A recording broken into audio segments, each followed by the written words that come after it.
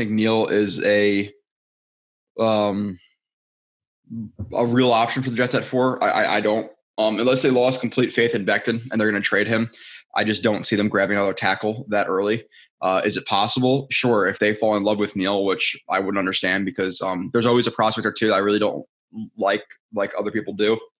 Neal kind of fits that bill for me right now, and even some of the top guys like I'm okay, I like Thibodeau. I don't love Thibodeau. I don't like Neal much. I could see I could see why people would like him. But there's guys I'm higher on, at the same time, Aquanu, who you should have already seen that review, I think. Aquanu, last night I just yesterday I just started to watch Sauce Gardner. And I really like him so far, but I'm like half game through his tape. So there's a lot to still see with him, and I like Carl Loftus to a certain extent. And I'm going to actually do Carl Loftus episode tomorrow. I'm going to do Sauce Gardner in a couple of days. And then past that, if I'm still doing reviews at this point, you're watching this, let me know who else you guys want, because I'm going to do, like I said, Carl Loftus. I'm going to do Hutchinson. I'm obviously doing Neal, Icky, like I said, Sauce, and then Linderbaum. I'm going to do Linderbaum. And past that, I really don't know who to do, to be completely honest. Like, who are realistic options for 4 and 10? I got the guys I was thinking about. I actually wrote them down, which, again, by the time you're listening to this, it probably doesn't matter because I already did them or asked. But with that, I wrote down like Wilson, Burks, Lloyd, Dean, Green, Ojaba. The only thing is, if I feel like if I do Wilson or Burks, I'm going to have to do – or if I do Wilson, I'm going to have to do Burks. And then somebody's going to ask me to do London. So if I do one of them, I have to do all 3 of them, which I don't know if I have time for. If I do Lloyd, people don't want to see Dean. That's just how it goes. Like, he has to come in twos.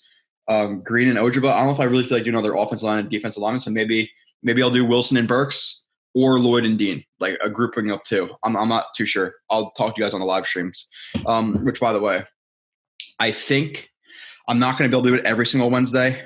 And obviously, I have the every other Thursday streams with Kyle Smith. Definitely moving over to StreamYard because I like being able to highlight the comments at the minimum. So that's every other Thursday. So this Thursday you'll have that one with Kyle and I. And then the next week, alternating weeks, I think I'm gonna do Wednesday 6 to 8 streams. I figured out I'm staying on midnights, so some streams doing 8 to 10 o'clock and then going to work at 11.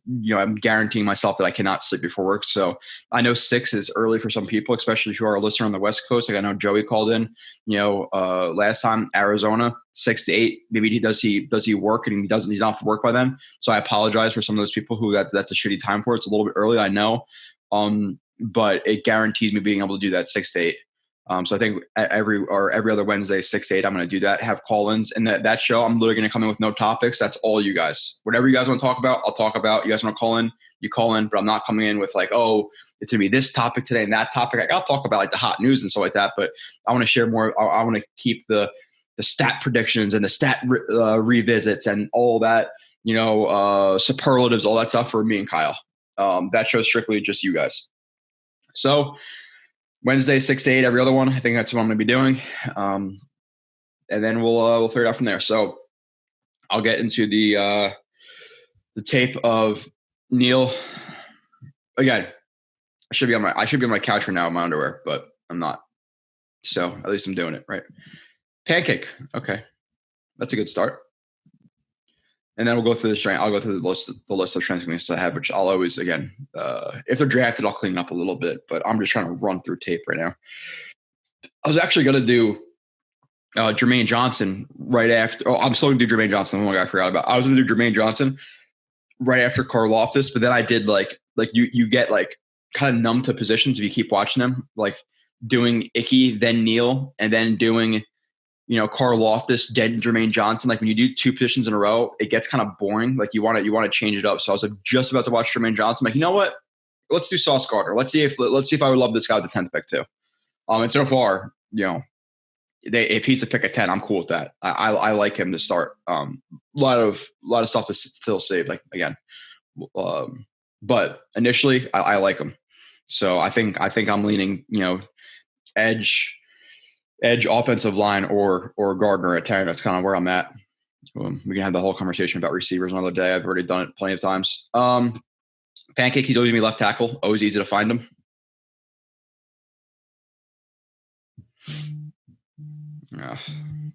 Hold on a second. Getting a call. All right. Sorry, had to take that. Damn it. Okay, pulling back up the play. Sorry. Not the cleanest start. Am I editing it? No, I don't do that. It takes so much time. Gets into his set. The one thing, like he does move well, like vertically. For a, how much does this? How much does he weigh? 360, I think it is. I have it written down.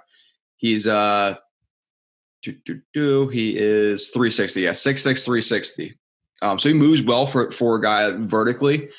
We'll talk about some of the lateral stuff. Like there's different types of movements. There's vertical, there's lateral, there's stop start. There's like change of direction, like quick change of direction. And then there's like bigger change of direction, like almost like what's a good analogy? Like a car, like you can have a big truck that switches lanes quickly, like side to side like this, but then talking about like them going around a big turn or a U-turn, it's going to take them a longer time. It's kind of like that. But there's different movement type of skills that I'll discuss. Not necessarily in that, I'm just saying in general. Like it's not just, if you can move this way, you can move another way. Like you could be really quick forward, but then actually got to turn. You're kind of stuck. And that's kind of like Karlaftis is like that. Like he's explosive, but in terms of him like gearing down, changing direction to like match a running back who changes his angle, it's not the best. But in terms of like, okay, he's rushing up the arc. Now he's in a club and just take a step inside to change his angle just slightly. He's good at that. Like he's good change of direction like that, but it's just different. And with Neal, getting back to him, his first step out of kicks is out of his slide is good. He always loads up his leg well and always explodes out. So he does a good job with that typically. And what does he say? He gets into his set. His main threat, number 4 on the edge, is dropping into coverage. Where does eyes go? Inside. Okay. Good job getting your eyes inside. Little power step with the right foot. To be honest, you'd probably like to see him even cover that gap a little bit more. You'd probably like to see him drop his post and be a little bit more ready for it. Like he's kind of, to be honest, he's a little bit lucky that 88 runs right into him. And maybe that's just by blitz design, but the power step is fine, but not really. Like honestly, I'd like to see him drop in the post, just because that's if he were to just penetrate that B gap. Is he there for that? No, not really. So I want to see him drop the post and really, really match that. Is kind of stuck. Nonetheless, he does land his hands inside. Again, obviously length is going to be something that 6'6" you're going to be able to take advantage of. Yeah, he good pop, lands the hand. Now, what do we always talk about? Landing the hand on the hip and driving, and ends up pancaking him. So good job again. Power step a little bit sketchy there, but when you watch it in full speed, obviously it all happens much quicker than it seems like when I'm doing it really, really slow. That seems. Is that sped up? Is that sped up, or is that just like the hungover me talking? Why does that play look so fast right now? But maybe I'm crazy. That happens sometimes. Yeah, I don't know if I'm crazy. Weird. Okay. Yeah, I'll just say be careful of the power step when there's that much space. I hope all the plays don't look like that. Maybe I'm just I don't know. Hands. Okay. Left tackle. Let's watch.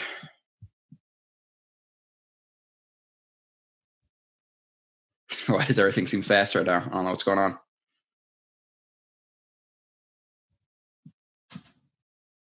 Again. I'm sorry, guys. To be honest, I don't think he's going to be the pick. And like with him in general, I wouldn't be very happy if he was a pick at 4 for the Jets. Does he fall to 10 and he's a pick? I don't think that's really in a conversation. To be completely honest, I'm hoping ideally the best situation is he's drafted right at 1.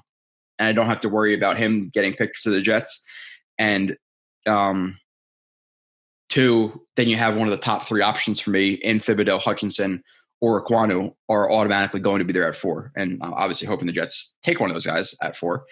But yeah, I'm I don't know if it's me being cloudy right now, but everything just seems so damn fast. All right. That's the first time that's ever happened live again. You have the hungover part. Now you have people just seem like they're moving at like 1.5 speed. So gets into his pass set. Does a good job. It's like more of a 45-degree set than like a true just vertical set.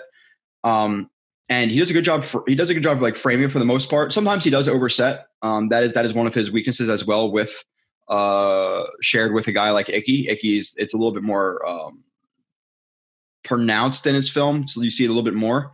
And the examples are usually a little bit worse, but he does a good job framing them for the most part, splitting them.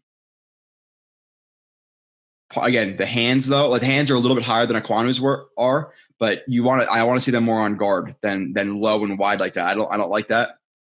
But strike timing good, pops them, and then when he's feeling that arm, when 44 Walker, who is he's like a second round prospect right now as an edge rusher, right? This might be an option for the Jets at 35 or 38, depending on what happens in the first round.